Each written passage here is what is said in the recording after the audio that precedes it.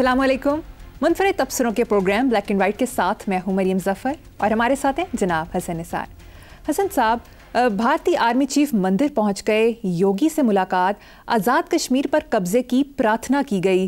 भारतीय army chief की मुकम्मल फौजी वर्दी में मजहबी लीडर के आश्रम में हाजिरी पर पूरे मुल्क के अंदर से तनकीद होना शुरू हो गई है। दिफाई तज्ज़ियाकार सुशांत सिंह ने कहा कि किसी फौजी सरबराह की वर्दी में किसी खास मजहबी रहनुमा से इस नौयत की मुलाकात भारत की गैर सियासी और सेकुलर अफवाज के नज़रिए को नुकसान पहुँचाती है। क्या भारतीय फौज ने अपनी सारी उम्मीदें आश्रम से बांध ली हैं? एक बात याद रखना, जिंदगी में दुआ हो, प्रार्थना हो, प्रेयर हो, उसके लिए मेरिट जरूरी है। मेरिट मसलन दुनिया का कोई बंदा कितना नेकोकार फलाना टमखाना हो, वो कहे कि अल्लाह पाक मुझे मौत ना आए, मेरिट पे नहीं है। जिंदगी इस तरह डिजाइन ही नहीं हुई, उसकी मौत रुक जाएगी। अच्छा, कोई बदबख्त वो तहज्जुद गुजार भी है, फलां भी है, वो किसी गरीब आदमी की जमीन पे कब्जा कर लेता है, वो औरत अदालत में चली जाती है और वो आदमी अच्छा वकील करता है और मसले पे भी बैठ जाता है और जज बेकाऊ और बेईमान नहीं है और वो दुआएं भी मांग रहा है, क्या कबूल होगी? ये तो रब्बल, वो देखो ना, अपने भगवान प्रार्थना किससे, दुआ किससे? उसके लिए मेरिट चाहिए, मेरिट नहीं है इनके पास। आज़ाद कश्मीर हो या मकबूजा कश्मीर हो, वो कश्मीरियों का फैसला होना चाहिए। मैं कोई सियासी बात नहीं कर रहा। बेज़मीरे, बेअक्ले, मेरे करतूत कुछ हो, दुआएं मैं कुछ मांगूंगा। दुआ के लिए मेरिट बहुत जरूरी है, एक बात ये याद रखना। अच्छा, अब ये आर्मी चीफ की मुकम्मल वर्दी में मजहबी लीडर के आश्रम में हाजिरी वगैरह, ये मेरी अकल से बाहर है ये बात। आदमी तो आदमी है, उसके ऊपर वर्दी है, कल नहीं होगी, फिर क्या है? कपड़ों से क्या होता है? अगर वो चला गया तो बहरहाल, लेकिन मैं इस पर कोई तबसरा नहीं कर रहा। अच्छा, इसमें सबसे ज़्यादा जो हैरान कुन बात है, जिस पे आपने भी तवज्जो नहीं की, कि उनके जो तज्जियाकार हैं, सुशांत सिंह आपने बताया ना जी, हाँ, सुशांत सिंह साहब ने फरमाया कि फौजी सरबराह की वर्दी में किसी खास मजहबी रहनुमा से इस नौयत की मुलाकात भारत की गैर सियासी और सेकुलर अफवाज के नजरिए को नुकसान पहुंचाती है। बिल्कुल बोगस बात, बेबुनियाद बात। देखो बात सुनो, हिंदुस्तान भारत तवा के बाद तो सेकुलर रहा ही नहीं। उसकी, अल्लाह ना करे मैं किसी के लिए कोई बददुआ नहीं, उसकी बर्बादी के पीछे यही है। जब तक सेकुलर का मतलब कोई बेदीन और लादीन होना नहीं होता। हमारे यहाँ जाहिल जो बहुत से दानिश्वर हैं इस मुल्क में, वो सेकुलर होने को गैर मजहबी होना समझते हैं। ये नहीं, सेकुलर का मतलब ये है कि एक स्टेट के लिए सब बराबर हैं। मतलब पाकिस्तान है, यहाँ हिंदू हो, सिख हो, क्रिश्चियन हो, पारसी हो, अगर कोई किसी के साथ जुल्म ज्यादती करता है तो वो चाहे अक़लियत का बंदा हो, उसको मिलना चाहिए इंसाफ। सेकुलरिज्म का खात्मा इनफैक्ट किसी भी मुल्क का खात्मा होता है, याद रखना। और हिंदुस्तान के बारे में मैं जो हिंदुस्तानियों को कहता हूं कि खुदा का वास्ता होश करो, ये तरीका नहीं है इस दुनिया में जिंदा रहने का। तो भारत हिंदू तवा के बाद कैसे सेकुलर है, कैसे कह दिया उन्होंने, सुशांत सिंह साहब ने, पढ़े लिखे होंगे, ज़बान से निकल गया होगा, बिल्कुल नहीं secular. Bharat is no more a secular country. वो तो बहुत पुरअमन जगह होती है जहां छोटी तरीन अक़लियतों के लिए भी इंसाफ होता है, अनाज होता है, इल्म होता है, यानी बुनियादी ज़रूरियात है ज़िंदगी। तो ये मेरी समझ से बाहर है कि आर्मी चीफ का वर्दी में, और ये क्यों वर्दी में नमाज का वक्त होगा, तो हम नमाज नहीं पढ़ेंगे? पढ़ते हैं। उसमें क्या है? वर्दी एक लिबास है ना, एक प्रोफेशनल है। अगर वो गया है तो ये मेरी अक्ल से बाहर की बात है, मैं कम फहम हूँगा, मैं उसका एतराफ़ करता हूँ, लेकिन it doesn't make any sense. The only thing which is objectionable वो ये है कि भारत की गैर सियासी और सेकुलर अफवाज के नज़रिए को, किधर सेकुलर है? गैर सियासी है क्योंकि वहाँ कुछ और है, फैशिज्म है, पागलपन है, जुनून है, वो भी गैर सियासी होता है। सियासी और चीज़ है, सियासत और चीज़ है, और सेकुलर का तो सवाल ही नहीं पैदा होता। तो ruling party is not at all a secular party. Congress होती तो चलो बात भी थी, छोड़ें, आगे चलें आप। इंडियन एयरफोर्स के सरबराह एपी सिंह ने दिफाई मुआहदों में करप्शन का भांडा फोड़ते कहा कि हमारे दिफाई मुआहदे होते तो हैं मगर हथियार नहीं आते। कोई भी दिफाई प्रोजेक्ट कभी वक्त पर मुकम्मल नहीं हुआ, हर मंसूबा ताखीर का शिकार है और ऐसा कोई प्रोजेक्ट नहीं जो आज तक वक्त पर मुकम्मल हुआ हो। दूसरी तरफ भारत की हुक्मरान जमात भारतीय जनता पार्टी के अहम रहनुमा सबरा मेनन सवामी ने एतराफ़ किया कि पाकिस्तान ने हमारे 5 तैयारे गिराए, राफेल अच्छे तैयारे नहीं। मोदी के होते हुए राफेल तैयारों की डील में करप्शन की तहकीकात नहीं कर सकते। अच्छा, पहली बात तो ये है कि अगर मोदी साहब के होते हुए आप तहकीकात नहीं कर सकते तो भाई फोकस कहीं और ले जाओ, पहले मोदी से जान छुड़ाओ, ख़त्म, फिर कर लो। वो तो जाहिर है जब कोई हुक्मरान बैठा होता है उसके बारे में तो अज़ाब को दावत देने वाली बात है। ये तो बिल्कुल ऐसी है जैसे आप पागल कुत्ते के मुकाबले पे खड़े हो जाएं।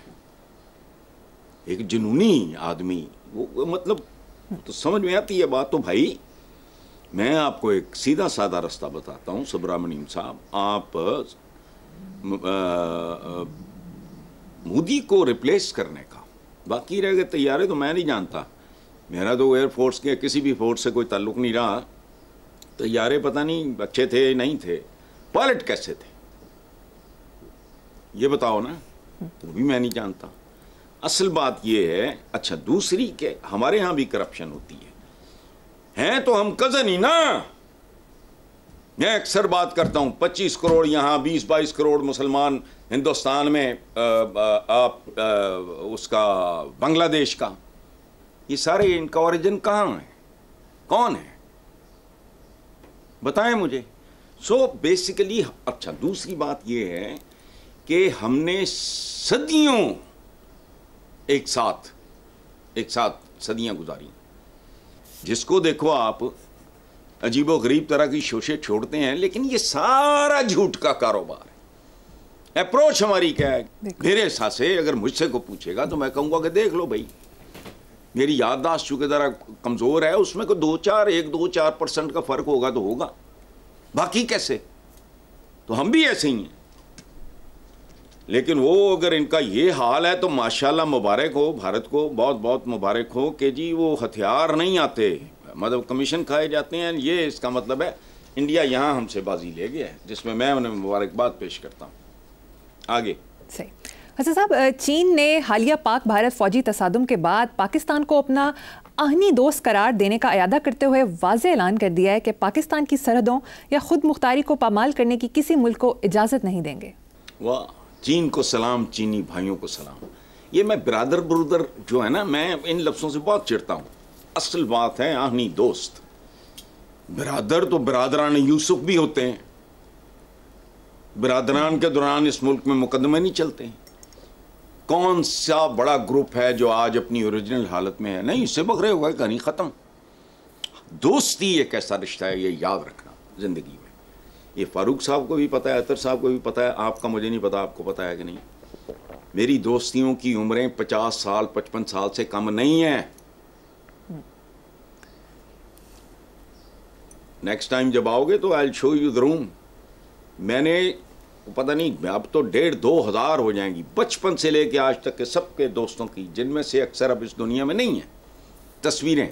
उनमें मैं प्रोफेशन में जिनसे मेरी मोहब्बत हुई, जैसे अब्बास अतर थे या अब्दुल कादिर हसन थे या मुन्नू भाई थे, उनकी शामिल हैं। दोस्ती रिश्ता होती है, याद रखना।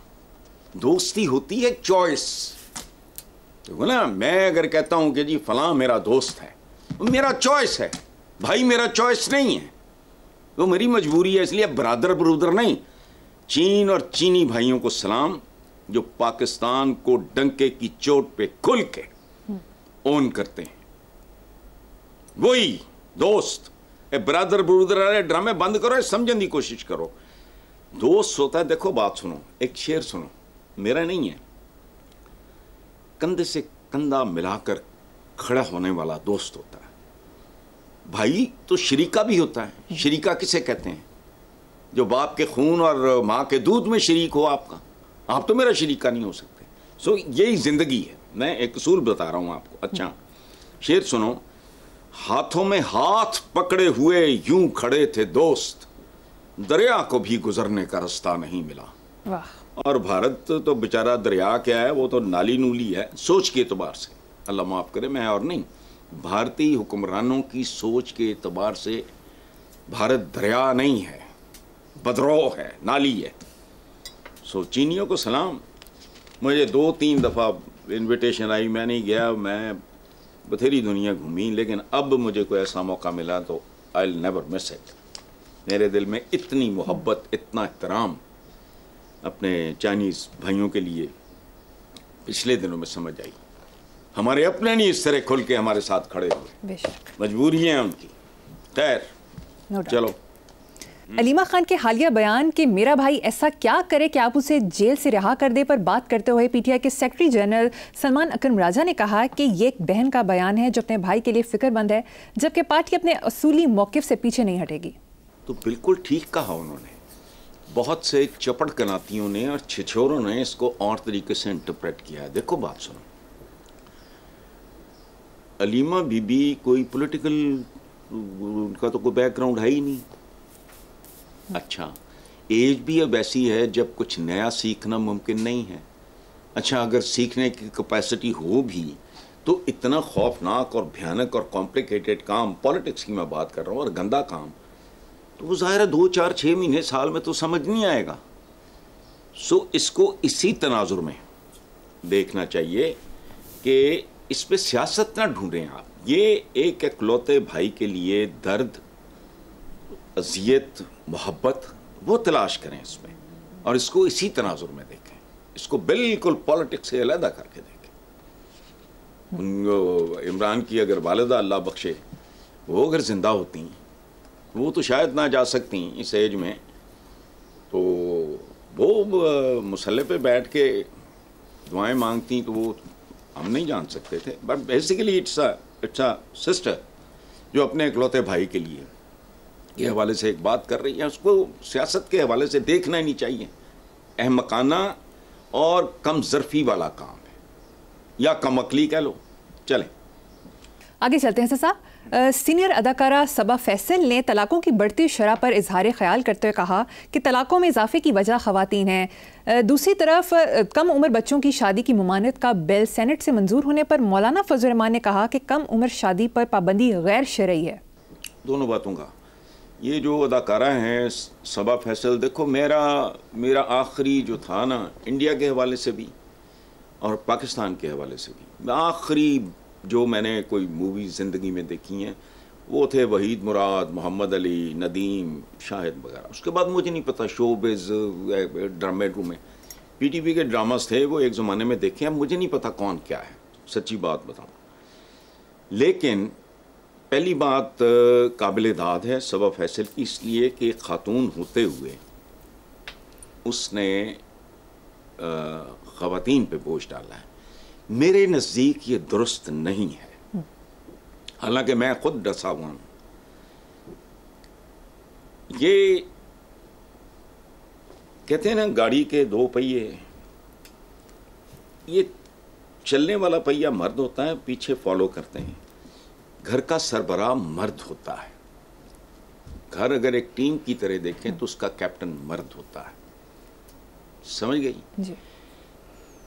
और उसकी रिस्पॉन्सिबिलिटी जैसे कैप्टन की ज़्यादा है, ख़ानदान के सरबराह की रिस्पॉन्सिबिलिटी ज़्यादा, उसमें ज़्यादा ताकत, ज़्यादा शऊर, ज़्यादा फ्लेक्सिबिलिटी होनी चाहिए। देखो बात सुनो, मैं खुद इस प्रोसेस से गुजरा हूँ, उसके नताइज भी भुगते हैं और पार्टली अब तक भुगत रहा हूँ। मैंने कभी ये नहीं कहा। मैं मेरिट डीमेरिट की बात ही नहीं कर रहा।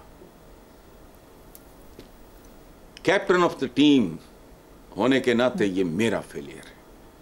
तो ये जो सबाबी भी हैं, बात इन्होंने खूबसूरत की है। अच्छा, अब चलते हैं मौलाना फजलुर रहमान की तरफ। तो शरीयत का तो मुझे नहीं पता क्या होती है, लफ्ज़ जो मैंने पढ़ा है वो है शरिया। शरिया शरिया कहते हैं मसलसल बहते हुए पानी को, जो अगर for x number of days रुक जाए तो वो करीहा में तब्दील हो जाता है, चूंकि सड़ान छोड़ेगा। कहते हैं ना चलता पानी पाक होता है, वो पानी रुक जाएगा 5, 7, 10 दिन के लिए, तो वो करीहा में, दोनों लफ्ज़ अरबिक के हैं। शरीयत से मैं वाक़िफ़ हूँ, शरिया। अच्छा, हमारे यहाँ जो ट्रेजेडी आलम इस्लाम के साथ हुई कि हमने कुछ मखसूस लफ्ज़ों को सही तरीके से ना समझा ना इंटरप्रेट किया। मैं तो कोई आलम शालम नहीं हूँ, चूँकि ना मैं आलमों में बिलीव करता हूँ। आलम हो ही नहीं सकता आदमी, दुनिया कोई इंसान आलम नहीं हो सकता।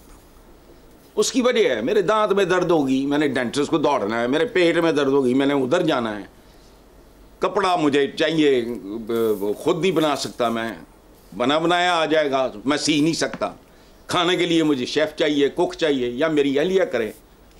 कदर का मुझे ऐनक चाहिए, मुझे कौन सा कितने नंबर का जो भी होता है वो, उसके लिए मुझे कदम कदम पे मुख्ताज। वो आलम कैसे हो गया? मेरी अकल से बाहर है। हम मुबालगे की आदी कौम है। कभी नहीं किसी ने उसको कहा कि अल्लामा है, अल्लामा न्यूटन, अल्लामा पता नहीं आइंस्टाइन, तो अल्लामा वो क्या जिसने बिजली वगैरह, मैं अक्सर नाम लेता हूँ, एडिसन। तो ये शरिया, हाँ हाँ, अच्छा, वो देखो कि भाई ये सदियों से मुंजमद हैं हम। कुरान पाक की विज़डम कहती है कि मोमिन की एक पहचान ये है कि वो जिस अहद में ज़िंदा होता है, सुभान अल्लाह, उसके तकाज़ों को समझता है और उनको एड्रेस करता है। इसी सोच ने सल्तनत उस्मानिया, जिसने 620 मेरा ख्याल साल 3 कॉन्टिनेंट्स पे हुकूमत की, उसको तबाह बर्बाद कर दी। शेखुल इस्लाम साहब ने कहा ना ना ना ना ना ना, ये तो मसला है, फलाना है, उसको समझ नहीं आई। पहला मेडिकल कॉलेज बंद करा दिया, प्रिंटिंग प्रेस बंद करा दिया, और बात सुनो, तबाही का आगाज था। एक जमाना था प्रिंटिंग प्रेस से पहले मरियम, ये रऊसा का शोल था, हाथों से लिखी गई किताबें खरीदना, वो खाला जी का बाड़ा है। इल्म ऐसे फैला जैसे कोरोना भी नहीं फैला। प्रिंटिंग प्रेस में किताब सस्ती हो गई, हर की रेंज में आ गई। उसमें जो जानदार लोग थे, उनमें से बड़े बड़े जिन्होंने दुनिया ही बदल दी। अच्छा, वो तो जी वो गैर, अच्छा भाई फिर शरी तो ऊंट है, घोड़ा है, गधा है, पैदल है, चढ़ना तुसी जहाज़ां ते है, गड्डियां ते है, फलाना नहीं।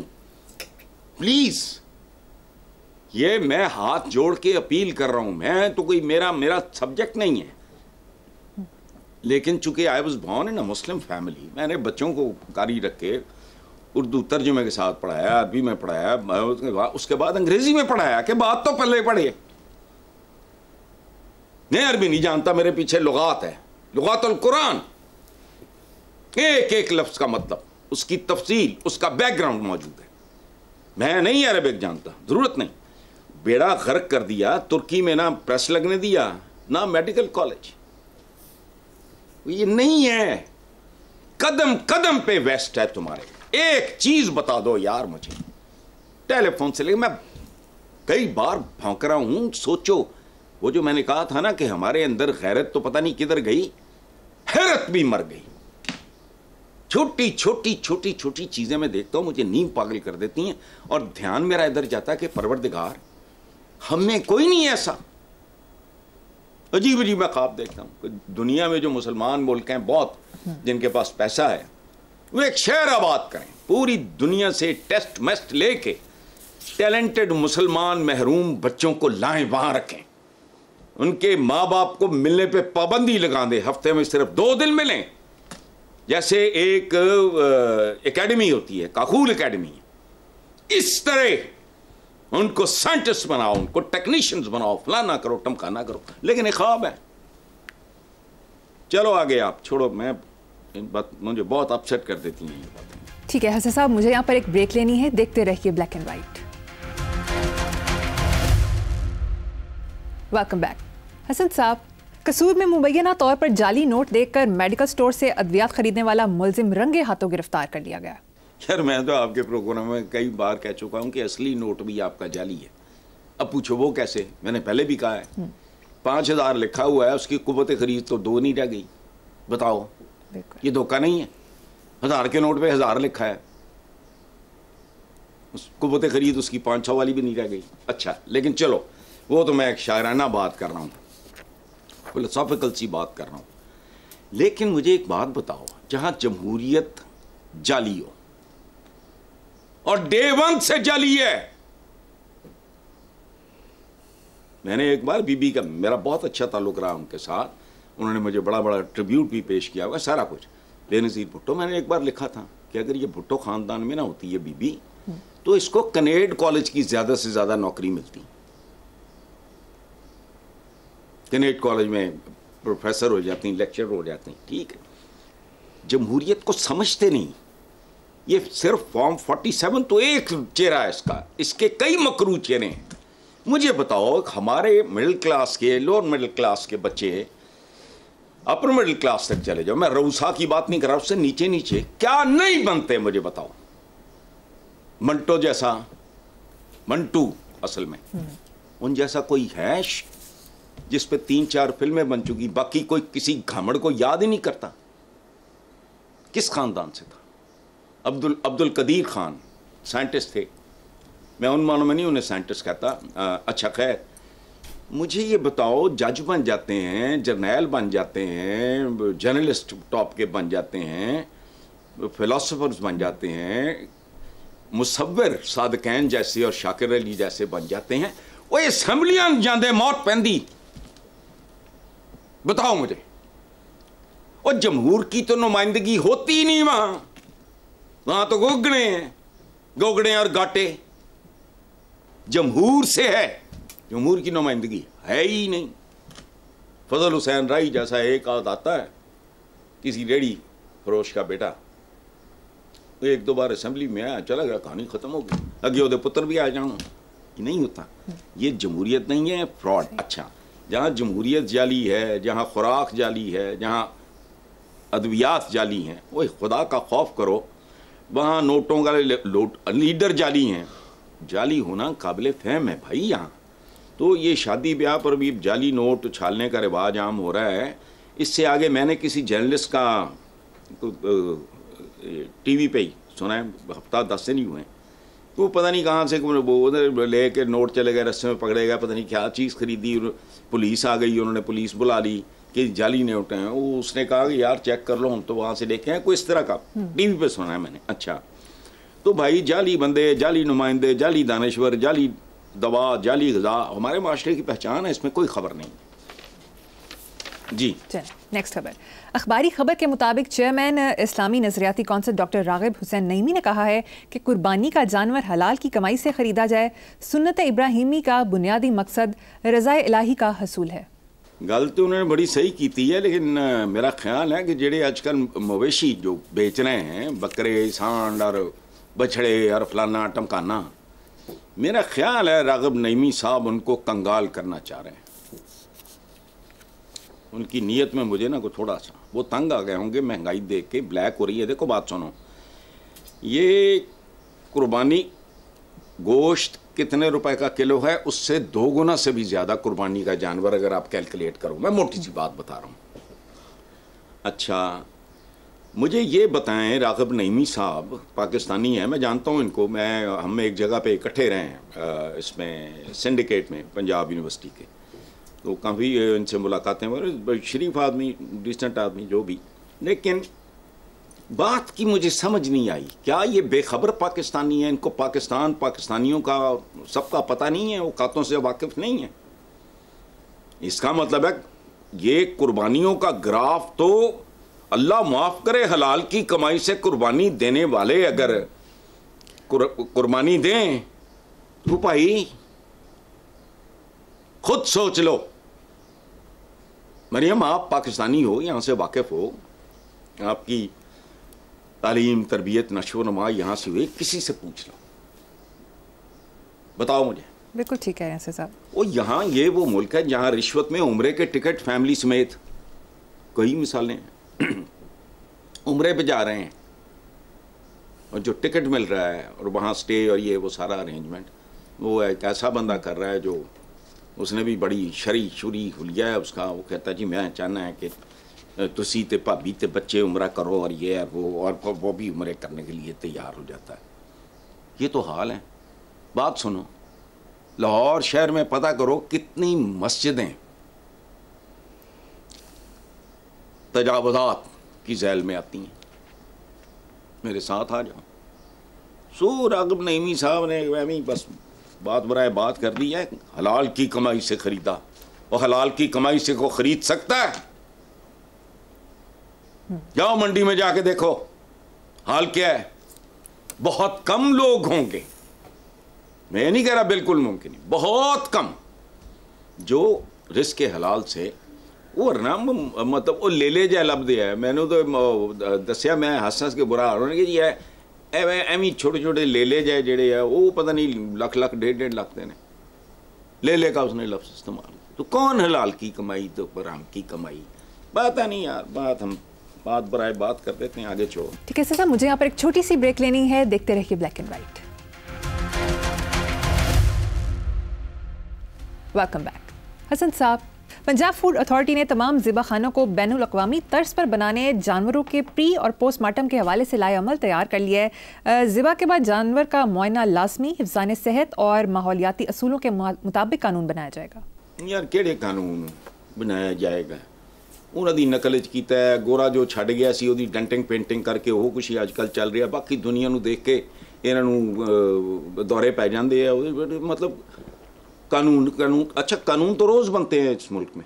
कानून पे अमल दरामद जो है वो नदारत है। ये कुछ कर लेंगे फिर क्या बनेगा इसका? ये मुझे बताओ यार, कोई तो मुझे चीज़ बताओ जो कानून के मुताबिक चल रही है। सादी बात हमेशा बोलता हूँ, आपके नज़दीक या औरों के नज़दीक ये बिल्कुल गैर अहम बात है। ट्रैफिक देख लो अपनी, कानून के मुताबिक चल रही है। लॉ एंड ऑर्डर का क्या हाल है? महंगाई का हुकूमत कुछ कहती है, दुकानदार कुछ करता है। वो ये वेस्ट को देख के ना, मतलब उनका मुंह लाल है, असी दे भूरे पीले काले पीले हैं ना, असी अपना मुंह चपेड़ा मार मार के लाल करने की कोशिश करने। कर तो लोगे तुम, अच्छा इंटरनेशनल लेवल, वाह, कर्जे लेंदे नहीं, लेवल इंटरनेशनल, सुभान सुभान अल्लाह। अच्छा, मज़बा खानों में जिन जानवरों ने ज़िबा होना है उनकी होशरुबा कीमतें कंट्रोल करने की भी ज़रूरत है। गोश्त जिस भाव मिलता है, मैं बताता हूँ आपको। अच्छा, ये काम पंजाब फूड अथॉरिटी का नहीं है, हुकूमत पंजाब का है। अच्छा, मुझे बेशुमार लोगों ने पिछले दिनों बताया कि जानवरों की कीमतें इतनी ज़्यादा हैं कि अफोर्डेबल ही नहीं। वो तो फिर हराम से ही मोस्टली खाया जा सकता है, या फिर जागीरदार तबका वो भी हराम ही है। चूँकि मैंने आपको बताया था कि हमारे दीन में जागीरदारों की गुंजाइश नहीं है। हज़रत उमर का मैंने हज़रत अली के साथ वाला वो सारा बात बताई थी कि माले गनीमत नहीं है ज़मीन, माले फ़ै है, स्टेट ओन्ड है। अच्छा, तो जानवरों की कीमतें, अच्छा वो नहीं अफोर्डेबल। मटन बाज़ार में देखो 25 रुपये फ़ी किलो, 2500 रुपये फ़ी किलो, 2500 की कीमत है। जबकि मवेशी मंडी में कुर्बानी का जानवर अगर कैलकुलेट करो तो वो 5000 रुपये फ़ी किलो है। ये करेंगे बैनुल अक़वामी, क्या बैनुल अक़वामी है? मतलब कौमा शामिल होने तो पहले कौम बनो। यानी जो मैं बात कर रहा हूँ चेक कर लो। यानी जो मटन आपको मार्केट में 2500 रुपये फ़ी किलो मिलता है, कुर्बानी के जानवर की शक्ल में खाल तो उसकी चली जानी है शौकत खानम को या SOS को या वगैरह वगैरह, ठीक है। वो खाल छाल निकाल के सारा 5000 रुपये फ़ी किलो पड़ रहा है बीबी। आलमी मालियाती जरीदे बैरन ने पाकिस्तान की इक़्तिसादी मैदान में कारकर्दगी को मौशी करिश्मा करार दे दिया है।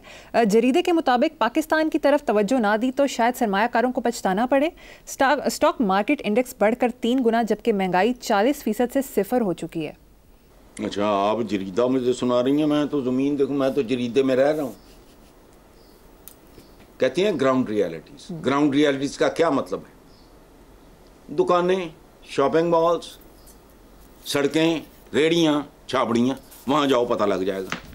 अच्छा, मेरी नहीं सुननी तो स्टेट बैंक ऑफ पाकिस्तान की सुन लो कि उसकी दस्तावेज़ के मुताबिक 2025 तक पाकिस्तान में कर्जे और वाजिबात 89,834 अरब रुपए। जरा कैलकुलेट करो, मेरा दिमाग घूम गया है। 89 मुझे नहीं पता उर्दू में क्या कहते हैं, और मैं 99 को 99 कहने वाला आदमी नहीं हूँ, तो 89 का मेरे जहन से निकल गया। 89,836 अरब रुपए रवा माली साल के पहले 9 माह के दौरान कर्जों और वाजिबात में 4,377 अरब का इजाफा हुआ।